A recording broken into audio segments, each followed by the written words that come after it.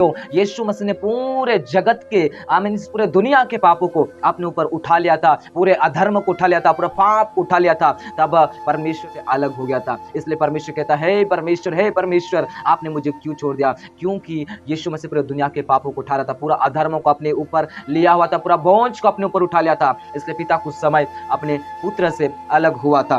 Praise Lord, आप सभी को प्रभु यीशु मसीह के नाम में जय मसीह की और मेरी तरफ से सभी लोगों को हैप्पी गुड फ्राइडे। आज मैं आपके बीच में गुड फ्राइडे में जो यीशु मसीह के अंतिम 7 वाणियाँ थी, जब यीशु मसीह के जब क्रूस में लटका हुआ था, तब उन्होंने 7 वाणी 7 बातें जो कही हुई थी वो हमें जानना बहुत जरूरी है। मैं स्टेप बाय स्टेप आपको 7 वाणियों को आपके बीच में शेयर करने के लिए जा रहा हूँ। आप बहुत ध्यान से सुनिए और इन 7 वाणियों का कुछ अर्थ भी आपको बताऊंगा, ताकि आप इन अर्थों को समझ सके कि यीशु मसीह ने क्यों ये 7 वाणी मृत्यु से पहले आमीन यहाँ पे बोला गया है और बोया गया है। मैं आपको बताने के लिए जा रहा हूँ। यीशु मसीह ने असल में 7 वाणी को इसलिए बोया क्योंकि पहले ही भविष्यवक्ताओं के द्वारा भविष्यवाणी किया हुआ था, उस भविष्यवाणी को जो है यीशु मसीह पूरा कर रहा था। इसलिए 7 वाणियां जो है यीशु मसीह जब क्रूस में था तब इन 7 वाणियों को वो बोलता जा रहा था। तो चले हम उन 7 वाणी की ओर जाते। तो दोस्तों, आप इन 7 वाणियों को सुनने से पहले अगर आप हमारे चैनल में नए हो तो जरूर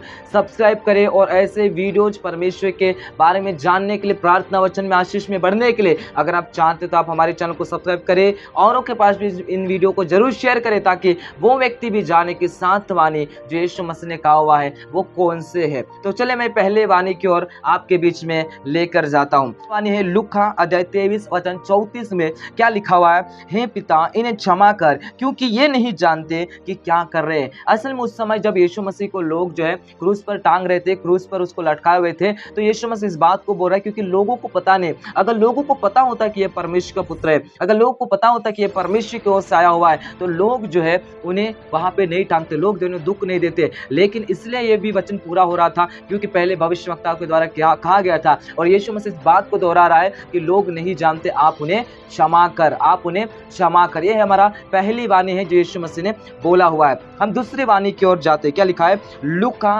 23 का 43 वाला पद में क्या लिखा है? मैं तुझसे सच सच कहता हूं कि आज ही तू मेरे साथ स्वर्ग में होगा। मेरे प्रिय, ये वचन उस समय कहा हुआ जब डाकू उसके आसपास में, दोनों साइड में डाकू लोग थे, तो एक डाकू को यीशु मसीह ने कहा कि आज ही तू मेरे साथ स्वर्ग लोक में होगा। तो ये वचन हमें ये प्रमाण करता है कि अगर कोई भी व्यक्ति यीशु मसीह को उद्धार करता, यीशु मसीह को स्वीकार करता है, तो वो सच में स्वर्ग में जाएगा। स्वर्ग उसके लिए खुला हुआ है, स्वर्ग उसके लिए द्वार को खोल देगा अगर सच में उद्धार प्राप्त करते हुए यीशु मसीह के साथ चलता है तो। क्योंकि यहाँ पे डाकू को कहा तो आज ही मेरे साथ स्वर्ग में होगा, क्योंकि स्वर्ग में ले जाने वाला द्वार जो है वो है यीशु मसीह। तीसरा वाणी को हम जाते हैं। यूहन्ना 19 का 26 में क्या लिखा है? हे स्त्री, देख यह तेरा पुत्र है, देख यह तेरी माता है। मेरे प्रियो, मैं आपको बताने के लिए जा रहा हूँ, यीशु मसीह को तब भी अपनी माता की जब वो दुख उठा रहा था, तब भी यीशु मसीह को पता था कि मेरी माँ है। आमीन। मैं आपको बताने के लिए जा रहा हूँ, तब भी वो यीशु मसीह अपनी माता की आदर करते हुए मरियम को कह रहे, देख यह तेरा पुत्र है, देख यह तेरी माता है।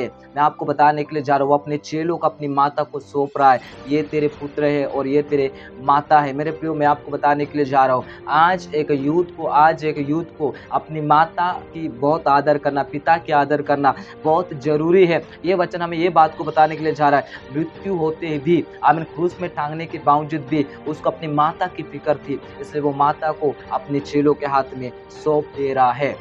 और चौथा वाला जो वाणी है उसमें क्या लिखा है? मत्ती 27 का 40 में क्या लिखा है? हे मेरे परमेश्वर, तूने मुझे क्यों छोड़ दिया? मेरे प्रियो, यीशु मसीह ने पूरे जगत के, आमीन, इस पूरे दुनिया के पापों को अपने ऊपर उठा लिया था, पूरे अधर्म को उठा लिया था, पूरा पाप को उठा लिया था, तब परमेश्वर यीशु मसीह से अलग हो गया था। इसलिए परमेश्वर कहता है, हे परमेश्वर आपने मुझे क्यों छोड़ दिया?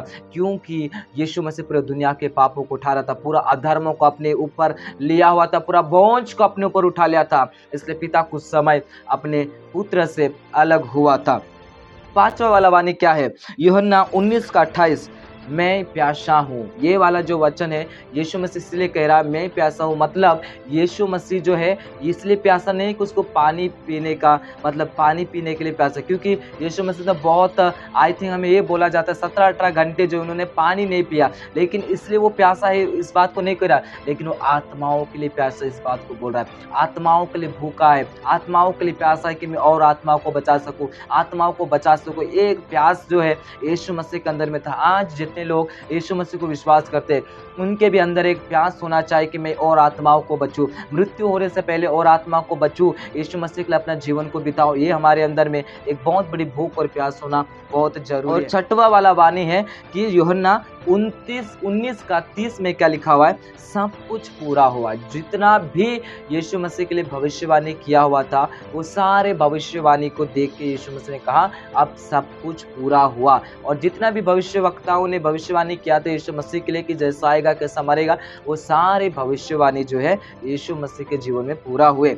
और सातवां वाला वाणी है लूका 23:40 में लिखा है, हे पिता मैं अपनी आत्मा तेरे हाथों में सौंपता हूँ। जब सारे सब कुछ हुआ यीशु मसीह जान गया कि मेरे लिए जो भी भविष्यवाणी क्या होता वो सब भविष्यवाणी पूरा हुआ।